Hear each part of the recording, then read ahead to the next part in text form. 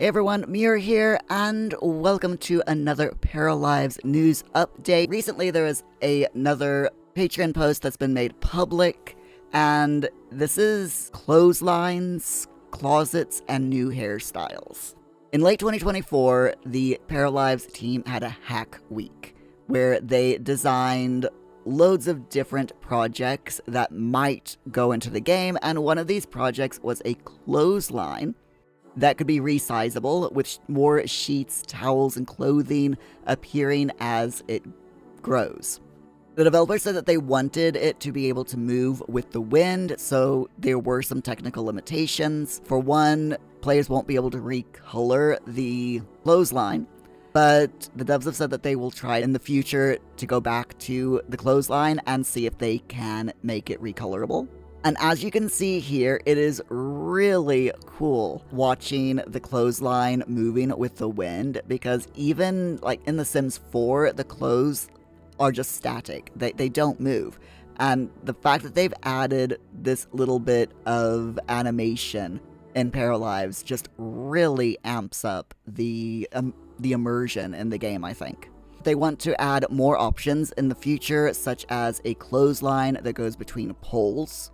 Maybe some with clothing instead of towels, and I personally am really looking forward to that. Another assignment that the devs had back in late 2024 was to create 3 open closets with visible clothes hanging on them. The devs said that they had to rework existing outfits from the Paramaker to transform them into usable build mode items, optimize them, and rework their textures. They've created a neutral version of the clothes and a feminine one, and they want to do a more masculine one as well. They're also working on adding clutter that we can put in our Para's closets, such as stacks of clothes, shoes, and hats, so that when the game is finally launched, we'll have a good variety of options for our Para folks' houses. In addition to the open closets, 2 new dressers, one of which was reworked from the video of the chalet. There's some new hairstyles and accessories in the game, which I believe I covered in a previous video. We're going to go into them a little bit more in detail here.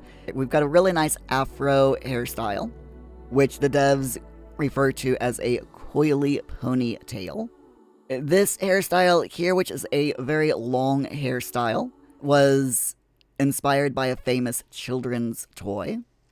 And then we have this short hairstyle here, which is awesome for both masculine and feminine paras. The devs have also created 3 new pairs of shoes, one of which is available as a clutter option in build mode, and all 3 of which are inspired by latest trends.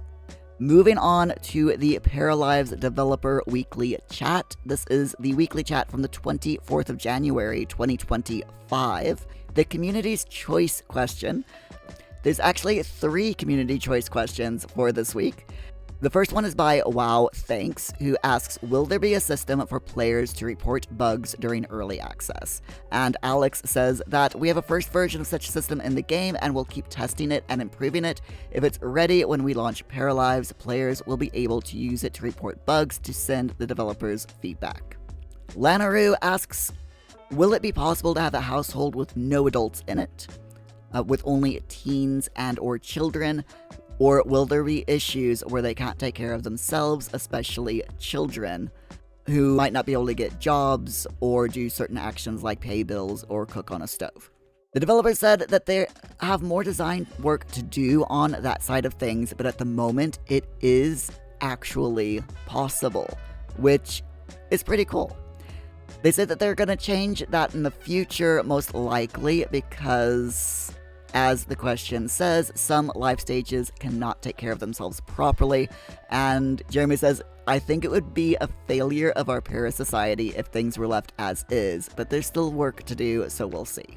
And Ben Chicken wants to know, will there be old abandoned buildings that's not really owned or maintained by anyone as a lot type? Potentially slightly different to residential or regular community lots where maybe rebellious or runaway teens can hang out, or could be used as a shelter in a rags to riches story. And the devs, specifically Anna, has replied with just the word yes, and an eye emoji. Moving to the general question, Sabrius wants to know what the devs envision the time around early access release to look like. As in, will they get the game to a ready point and take a couple of weeks playtesting and sorting bugs before the drop? Are they going to throw a party? Are they going to take a vacation after early access drops? Or will there be a bunch of brand new fixes and content to immediately jump into after early access release? And Alex has said that the weeks before the release will be all about tweaking the gameplay parameters, following playtests, and fixing the most important bugs. They will probably have a launch party a few days before the early access release, and that the following weeks will be dedicated to fixing the most important bugs and issues that players report. Cerberus wants to know about the development timeline on the website, because it still says that current progress is December 2024, and the devs have apologized for the lack of update on the official website. They were on holiday during the end of December because of Christmas and New Year's and the first few days of January, and the website was kind of forgotten about temporarily, but it will be updated and has been updated now as well. America Online subscriber says, I know that you can't share specifics yet, but does the team have a projected amount of time that you plan to stay in early access? And they voice their concerns about so many games falling into the trap of perpetual early access these days, where they go into early access and 5 years later they're still in early access. Alex responded that before they reach 1.0 release, they've got a full set of features that they want to release into the game during early access, including pets, seasons, weather, cars, boats, and more. Once all of these things have been released through multiple updates, the game will go out of early access. Alex says that there's currently not an estimate for the amount of time that the game will be in early access, but they don't want to linger in early access for a long time either. Wow Thanks has asked, if a few thousand people have unlocked the Legend tier benefits, what does this mean for getting to name in-game items? And if we do still get to name items, what are the guidelines for it? And Alex says, less than 1,000 people have unlocked the Legend tier benefits, and we have more than 1,000 items in the game. We'll share more details about this reward later in the year. Stay tuned. Oliver/Aether wants to know if the $50 patron level can customize a pet instead of a townie. And Gab has responded that Legend tier patrons who have subscribed for at least 3 months unlock the Create a Townie character reward, which can be a version of themselves, a family member, a friend, or a pet. But pets won't be available in-game at early access launch, will be added in a free update later on, so if that level of patron wants them to create a pet character, it will be delivered after the initial early access release. The elusive female assassin wants to know if Paralives is going to work on the Steam Deck, and Alex has responded that the game currently requires a mouse and keyboard to work, but they might look later on in development to add controller support in the future, which might allow the game to work on Steam Deck. Wicked Brony wants to know if they would consider adding a feature that would let players look up households by name. And Jeremy has responded that they will see if they can do that when they start working more on the household UI. Possible Assassin Nye wants to know, since you're back from the end of the year holidays, do you plan on giving a more detailed timeline the closer we get to the release window? And they say, I'm not asking for exact dates, but similar to how Split Fiction released a road to launch timeline. And Alex says, we're not ready to announce the exact release date just yet because we still have features to finish. When we're ready, it would be cool to do something like Split Fiction did. Thank you for the suggestion. Moving on to the dev questions. Interago wants to know, what is Mustache Man's true identity? I don't normally include these types of questions, but the answers to this are hilarious, so I'm going to share them here with you all. Richard responded with a load of redacteds. Alejandro responded, "You will find his true identity here," and there's a link to a YouTube video, which I'll tell you what, I'll put the link that Alejandro shared in the comments for you all to look at yourselves. Andre says, "But Alejandro's link isn't the correct one. In all seriousness, here's the right one."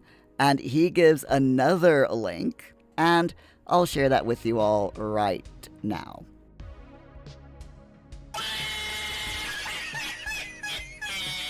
Leah says that he's the friend you made along the way. Charlotte says Mustache Man is... and then just stopped. And Jeremy says that his name is Roberto Robert. Alex made him up in December 2021 for the Deformation Sliders video by taking Sebastian's character model and tweaking him up. He's not a townie, but the devs use him when they goof around, which means they use him a lot. So which one of these answers do you think is the correct one? Finley wants to know what the devs' favorite things are so far about toddlers and babies in Paralives. Richard says, "I didn't need to change too much of the code to make them use the stairs." Andre responds, "We're going to have them in the game and the mini interactions they're going to have with adults." Leah says that they like the Paramaker outfits for toddlers and babies. Charlotte says that she loves their little animations. And Alice says that she really likes the build node items related to the life stages.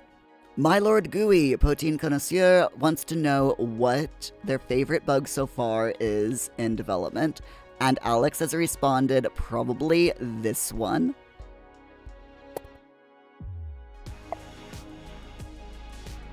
Draven Sable wants to know what the devs have been focusing on or working on for the game lately. Richard responds, finishing the pathing issues and other top secrets. Alejandro says, slots. Chloe responded, I don't know if I can share just yet, you'll see soon in a Patreon post. Andre responded, all of the sounds. Charlotte responds, bugs, but bugs in live mode now. Calamity wants to know what coding designer art challenges have been unique to making a live simulation game. Richard's response is social things are not really complex in other games. Handling social interaction with all the positioning is pretty hard to find resources on. Alejandro says that all the systems required for the base game to work and is divided in 3, which being live mode, build mode, and the Paramaker mode.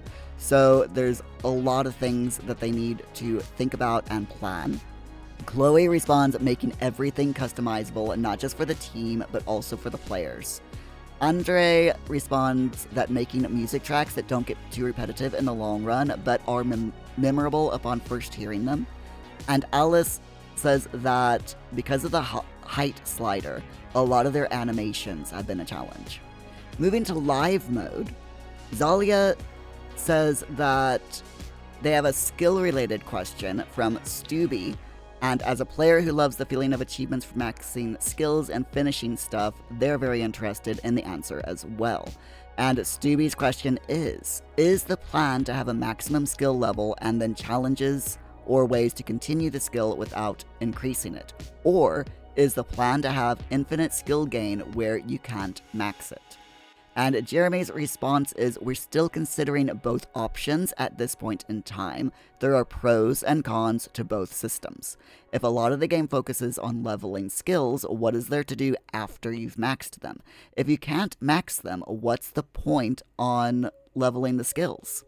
He says, we can't make an extremely large amount of skill content, so it's unlikely that you would unlock new cooking recipes at level 250, for instance, but there are still some mechanics they could use to make the new levels feel rewarding. He finishes saying, maybe when we finalize our skill systems and content, we'll make a post about it. Bin Chicken wants to know if some paras will become more grumpy in their old age, and Anna's response is, being grumpy is part of a standalone personality trait, but it could be evolved, so maybe with time passing and your character aging up, your grumpy character could evolve into an even more grumpy one with these vibe evolutions. And she says that they're focusing on base traits for now, though, and aging specificities are going to be a little bit later in their development timeline, so she honestly can't say if that's going to happen or not. Draven Sable wants to know if there will be colleges for our paras to attend, and Anna says that they hope to add them after early access as an update. Possible Assassin has a question reflecting back on their question from last week's developer questions, which I will link the video up here if you haven't watched it already. And they say that Sonia was correct that without the blush of the characters feel flat. And Possible Assassin wants to know if there's going to be like a checkbox to have subsections of the skin match the base skin tone in case people would like to quickly do it versus having to find the exact match. And Sonia's said that there's no checkbox, but it's fairly easy to copy past the hex code of the skin color into the blush color section. Zalia says that they want to second Naya's suggestion about having an easy way to remove or match skin tone for the blush, and says that I have to admit, even in the softer blush examples, they look rather reddish and it's quite noticeable. For the first two, they have pretty heavy makeup elsewhere, so it can pass for part of the heavy makeup, but the last one, he looks as if he's permanently blushing or sunburned. And Zalia says, I know you didn't mention it, Sonia, but latching onto the flat bit, I'd much prefer if that was solved with lighting, because I can't resist bringing up the Christmas Maggie video with its amazing lighting. And Sonia responds, you can have your opinion, you're totally free to adjust that to the para folks in your game. On our side, we've committed to go into this art direction, and it's not going to change this far into development. Keep in mind, the lighting and a lot of other stuff regarding the para folks in the Christmas Maggie video is different now for various reasons, the main one being game optimization. And that is it for all of the Paralives news for this week. Let me know down in the comments below what you think of the videos that they linked to about Mustache Man. And I will see you all next week with the next Paralives news update. Until then, my friends, stay safe, and I'll see you in the next video.